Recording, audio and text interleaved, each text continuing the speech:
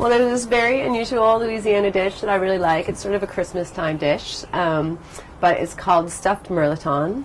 And mirlitons are a very strange fruit vegetable that we have down here. They kind of look like pears. They're about this big, of a pear shape. They're greenish. They can come in kind of different textures and sizes. They grow in vines up the sides of buildings, and they have a really kind of melon-like flesh inside. And so you would kind of boil them, and then you'd scoop out their flesh, leaving enough to make a little bowl. And then inside of that, you would put a stuffing made of shrimp and tasso, which is a kind of smoked meat, flavoring meat we have down here. And you could use beef and tomato sauce, and you mix that all up. You put in the chunks of mirliton that you took out, all this kind of really pleasant, mild, melony flavored thing. And then you sprinkle it with breadcrumbs, stick it in the oven, bake it, and then it comes out this perfect little object with a lump of really savory, delicious meat inside, a really refreshing melon-like exterior. And I just think it's fabulous, and so New Orleans. So New Orleans Airlift grew out of an idea to bring a bunch of artists to Berlin on the notion that there was a lot of love for New Orleans and the artistry coming out of it post-storm, and also the notion that there wasn't really the support inside of our city at that time, just lack of population, things just being pulled back together. So myself and my co-founder, Jay Pennington, who had been spending a lot of time in Europe, decided that we would bring a bunch of people to Berlin, which we seem to have a lot of sympathy from. And because of the Berlin Airlift, we called ourselves the New Orleans Airlift, the Berlin Airlift being a historical moment where the Allied forces helped East Germany. And so we just went for it. And it took about a year and a half to actually pull off. It was meant to be a one-time project.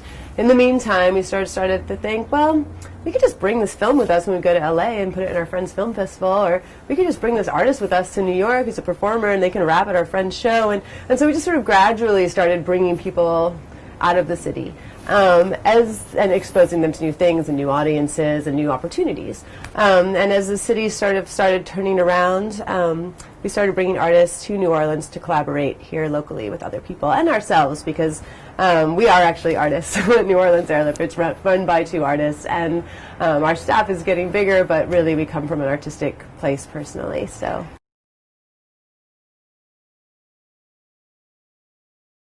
Okay.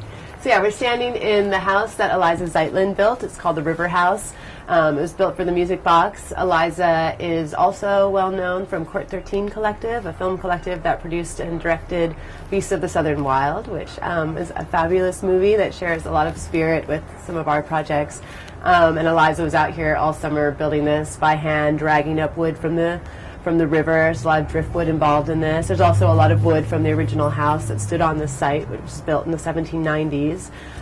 So a lot of the boards we're standing on are from this old house, and this wood has literally been here, for a couple hundred years, and kind of got repurposed and Frankensteined into this other thing.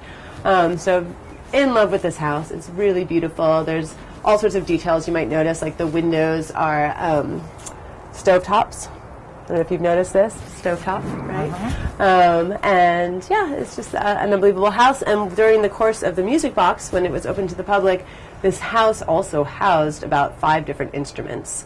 So there was a bathtub bass behind you. There was a folding out from the wall, auto harp, hurdy-gurdy.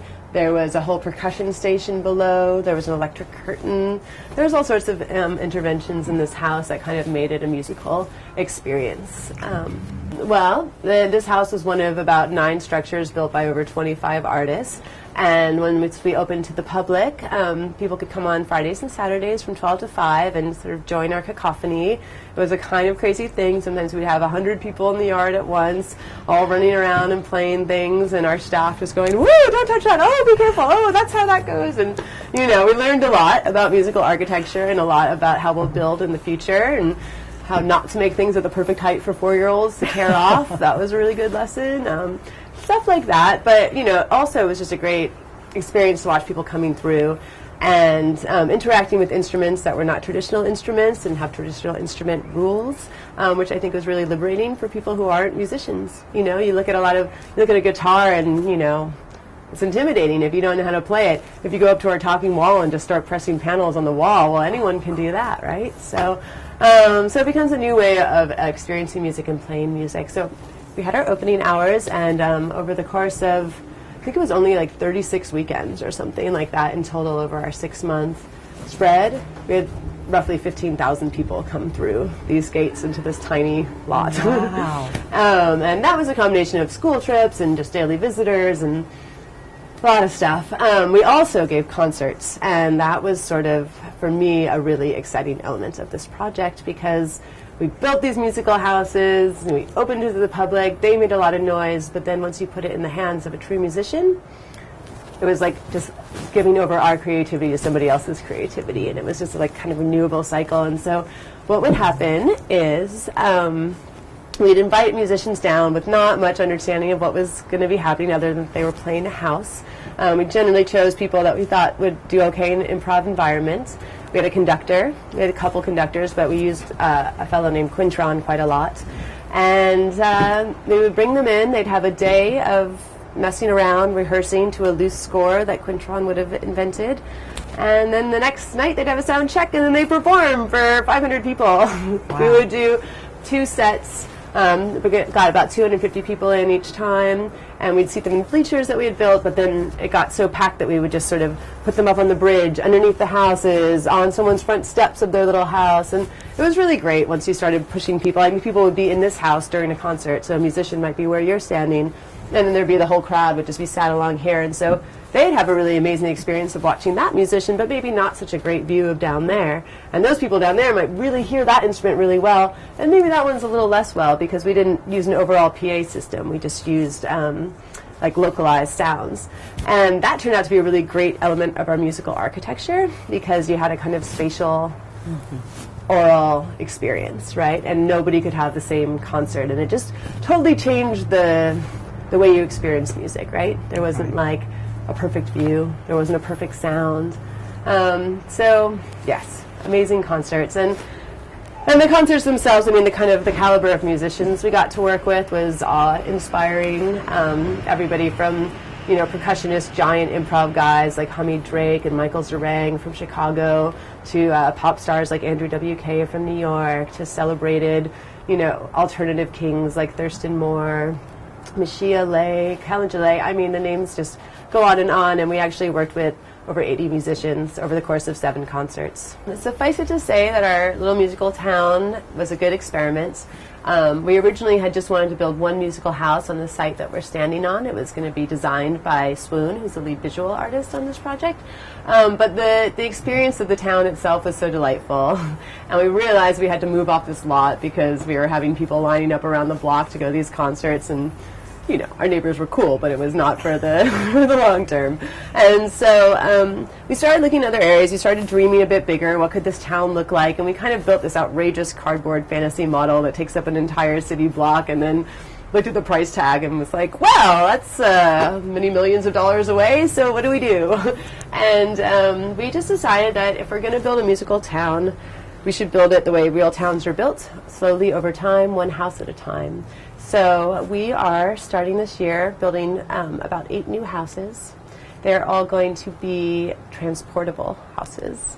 And they're almost all being built with various community partners. So the reasons for these things, the reasons for the community partners is we want to sort of expand the reach and also the breadth of the meaning of what this could be. So for example, Swoon is going to come and build her first musical house actually this year, since her big house is a little off in the future. And she's going to be working with these master craftsmen here from New Orleans, Jeff Poiret and Daryl Reeves, and this is a master blacksmith, master plasterer. These are the people who make the French Quarter and all the most important buildings in town. So we get to work with these guys who, you know, we were inspired by the city and its architecture, and now we're working with the people who made it and the generations before them. We're doing a project in the lower 9th Ward with a bunch of children called, it's a tin can house, and it's called Can You Hear Me? And so the house is made of tin cans, but the whole project is sort of harnessing the voices of people in that neighborhood, which is still the neighborhood that doesn't have services, doesn't have a grocery store, doesn't have basics, and is scandalous, you know, 7 years after the storm. So we're doing that. We're, you know, just finding interesting ways to work with broader sets of people. And the reason for the transportability is because even though so many people came here, once we started exploring new areas in the city, many of them less, you know, more underserved, with more available land or blight or whatever, we realized that those people hadn't seen our project, despite what we felt was a far reach. And it's a radical thing to sort of bring musical architecture into anyone's neighborhood and expect them to like it. And so we thought the better way to do it would just be to introduce it temporarily. So you kind of wake up one morning and some kids can run out in the street and suddenly there's a musical village and a lot at the end of their corner. And they can check it out and play with it, and we'll maybe do about 2 weeks or so of intensive music box style programming with a concert. So then poof, gone. So these are all houses in some way or another investigating our ideas of musical architecture. So either becoming an instrument in and of itself or having instruments embedded in the floorboards or the ceilings and whatnot. They'll be small. I mean, I think our biggest one right now is sort of 12 feet wide and 12, smallish for, maximum maybe 6 people to be inside. Some of them will be one-person houses. Very similar to the music box scale, but we are trying to not replicate what we did before, and try to push our ideas in new directions and aesthetics and sounds and collaborations. The music box itself was funded partially through Kickstarter. We got, I think, asked for $12,000 and ended up getting $24,000, which was really great. And for anyone out there who is trying to launch a project, as long as you do your homework and do Kickstarter right and know that it is a job, it can be a great platform, not just for raising money, but for getting your project out into the world and getting sympathetic ears, because that certainly happened with us. Beyond that, we did some sales of art, and we did just some general basic grants. BlackRock Arts Foundation supported us early on. So we really got the music box off the ground with not very many thousands of dollars, put it that way. And but then, as things were becoming successful, we were able to get some more national funders, and that's what we're working with now. Our community partners are the Lower Ninth Ward Village, Center for Sustainable Engagement and Development, that's in the Lower Ninth Ward, and All Souls School, all in the Lower Ninth Ward. Make Music NOLA is a kids' music group that we're working with. And that's all in one house. We're all community partners for one single house. So our second community partner is the New Orleans Master Crafts Guild, and this is this guild of master craftsmen that's been started by a guy named John Hankins, trying to create apprenticeship and sort of just exposure for these artisans who are, their skills are dying out. Another community partner is Georgia Tech University, which is not in our community, but is, a community partner in that sense. And we are working with them. We're actually doing a course on musical architecture this spring. I'm going for my third visit with them in May. And it's a group of students from the Industrial Design Department, Architecture, New Music Technology, and Human and Computer Interaction. And so they are bringing their skill sets to this notion, and I have a feeling it'll be kind of high-tech, that house. Yeah. And then we have a collaboration with a guy from a Mardi Gras Indian tribe, the Black Feathers Indian tribe, and a couple other collaborations going on in Shreveport, Louisiana, with a bunch of artists there. That's a residency that we're taking advantage of and using to help fund the project. So you find funding in opportunistic ways.